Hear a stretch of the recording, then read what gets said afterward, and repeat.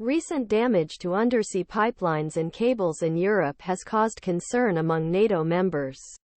They fear Russia could interfere with seabed infrastructure to put pressure on the alliance. However, legal and environmental challenges complicate NATO's ability to secure this infrastructure. NATO's newest member has recently suffered damage to cables and an offshore pipeline, raising concerns about the alliance's ability to defend seabed infrastructure, where the laws of nature and international relations limit how it can respond. On October 8, a gas pipeline and 2 telecommunications cables running between Estonia and Finland were damaged. The incident is still under investigation, but there are indications that the anchor of a Chinese container ship may be responsible, although it has not yet been determined whether the damage was intentional. NATO responded by increasing air patrols and sending 4 minesweepers to the area.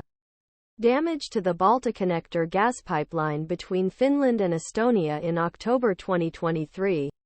Statement via Finnish Border Guard: the incident brought renewed attention to the vulnerability of underwater infrastructure, but it was only the latest in a series of similar incidents in Northern Europe.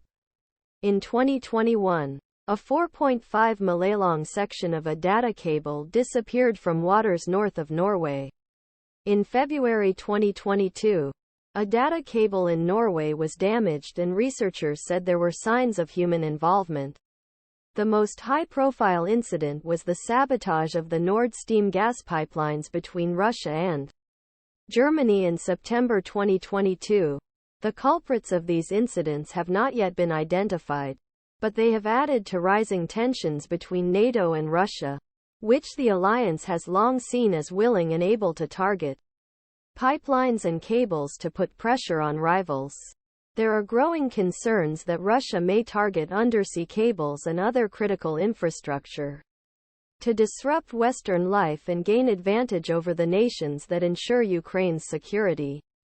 David Kattler, NATO's intelligence chief, said in May, Allied responses during the Baltic Operations 2023 exercise in June. Ships belonging to NATO navies set sail regularly. U.S. Marine Corps Staff Sgt. Shawn Coover Underwater infrastructure is critical to modern life. Most internet traffic is carried via underwater fiber optic cables, and energy pipelines now cross many seas. However, their location means the infrastructure is exposed to nature and hostile actors.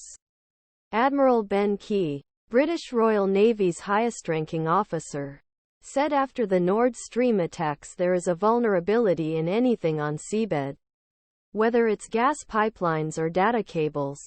Key added that scale of the economic infrastructure meant that Royal Navy and organizations like it had an obligation to have a means of monitoring and providing security around it. NATO is working to do this. Submarine cable connecting mainland Germany to Hiddensee Island in the Baltic Sea. Jens Köhlerullstein bild via NATO's Defensane.